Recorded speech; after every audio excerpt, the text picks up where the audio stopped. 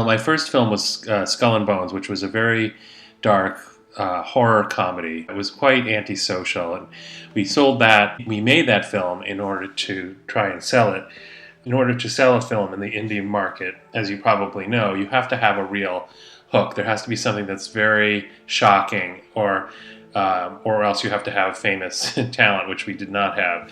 So we made that film with the intention of it being shocking. And the way that we went about that was I devised a script that would present gay people as serial killers or potentially violent, which is in a way was playing on the stereotype that there are gay serial killers, but also was a way of kind of getting the gay community to understand that we don't always have to portray ourselves as warm and fuzzy, because straight people have always, until very recently, have been very much against us, and I think that we're at a point now where we have to accept ourselves and portray ourselves warts and all, and that worked. We sold the film, based on that. But I think that it really made a lot of gay people angry and straight people too, because it was playing on these old stereotypes and perhaps reinforcing them, or as some people thought. Whereas I thought that what we were doing was showing that we were sort of beyond that point, and that we could make fun of ourselves. So. And that's the same sort of spirit I entered into with writing The Gays. And I made The Gays a little bit more, less dark, more bright, as you can see from the color scheme on the website, and as well as the color scheme in the film. It's very poppy, and the humor is much more, let's say, I guess, mainstream in a sense. It's not so dark. It's not so completely dark as the humor in Skull and Bones, but it certainly still has an edge.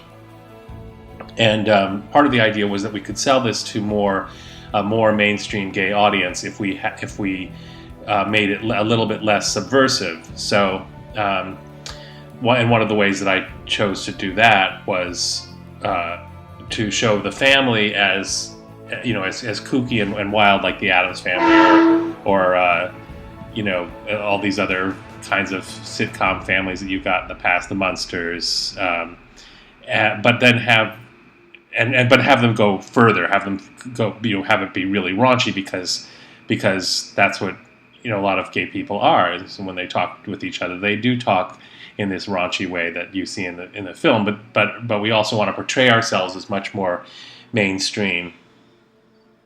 For non-gay people, and in order to get support for things like gay marriage and especially gay marriage, but just gay rights in general. We want to portray ourselves as just like everybody else. So I had the idea of putting this, setting this scene in a bar, so that it would be this adult telling this sort of non-crazy gay person about his wild past, so that the audience would have the sense that there is a sort of gay normal out there, that is this incredulous onlooker or eavesdropper onto the crazy life that this kid grew up with, supposedly. The film is very critical about the nuclear family, and it's born of sort of my own family, my parents' unhappy marriage, which is very much at play in some of the writing that I did. The scene where the parents fight in the kitchen was almost verbatim, especially from the mother's complaints about the husband not doing his share. That was something that my mother always used to say, and I just think that the nuclear family, has traditionally had a lot of problems, and that we're potentially replicating them with this push for gay marriage. Not that I don't think people should be able to get married if they want to, but I can see a point where it becomes so normative that it's just like heterosexual marriage, and people could wind up getting married without really wanting to, or raising kids without really wanting to. So the target audience really is the I mean, in a sense, it's the older generation who grew up with gay culture being all about bars and bathhouses and not the people who used to hook up pre-internet, and for whom the idea of being in a gay marriage is just with kids was just not realistic. And so we can laugh about the sort of new reality. But it's also for younger people who are potentially getting married and going into a world that has certain expectations of what, how normative they will have to be as a gay couple, as gay parents, and so on. And so it's a sort of a cautionary tale about what could happen if you get too cozy.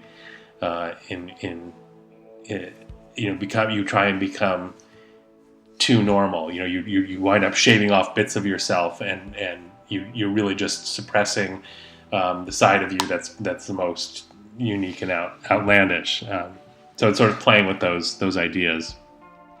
Well, post-gay marriage struggle utopia means the fall of DOMA, and now something like 35 states poised to legalize gay marriage. It looks like we've made all the headway we need to, and we're all set for the future, and nothing can go wrong. But as I said before, there are complications with the freedom to get married. For one, there's the possibility of the freedom to get divorced, property disputes that follow from that, the boredom of being with the same person for the rest of your life, which has always been seen as a positive thing in heterosexual couplings, but then the divorce rate is 50%. So is it such a great thing? And I think that the problems that we're unleashing with gay marriage, of course, could happen in Europe as well.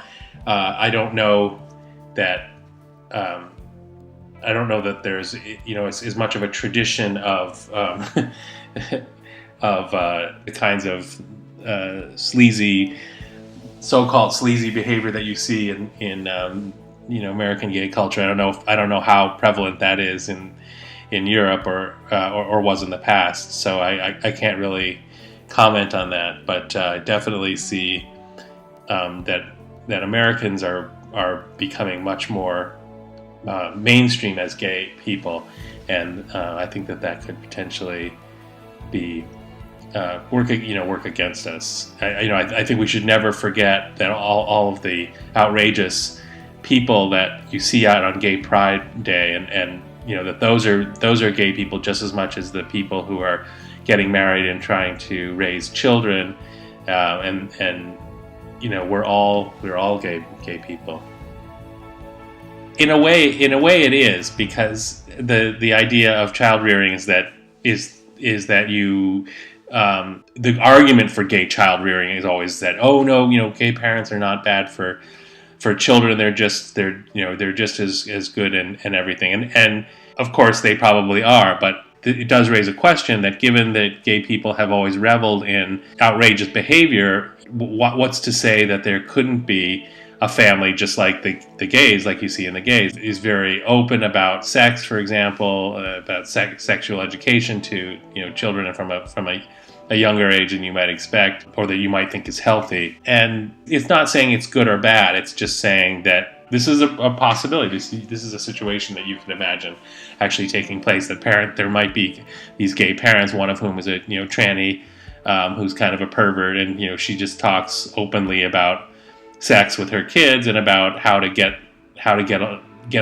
by in a world where people are not necessarily going to be nice to you. Even your fellow gay people are not necessarily going to be your best friends. They might stab you in the back. I mean, that's obviously something that the parents have dealt with in their own lives, and so they're trying to make these kids street smart. They're doing it in a way that you might say is turning them into sociopaths, but that's it's all good. It's all part of human nature, and how we behave and how we talk to each other. So I guess it is a sort of, I guess you could say it is a sort of backlash, that it's saying that we don't have to be we don't have to give into this politically correct stereotype that you have to be just like that straight gay parents have to be just like straight parents, or they're not good parents. Not that they should be as outrageous as Rod and Bob gay parents are, but that we should think about how gay parenting might be different from straight parenting. I don't want to say too much, but I do have a few ideas. One involves a sadistic closeted drill sergeant in the U.S. military, and the trouble that he gets himself and his charges into. The other is a sort of gay Columbine story, gay Columbine high school story of a gay boy who's bullied and exacts a terrible revenge on his tormentors. Time you came to realize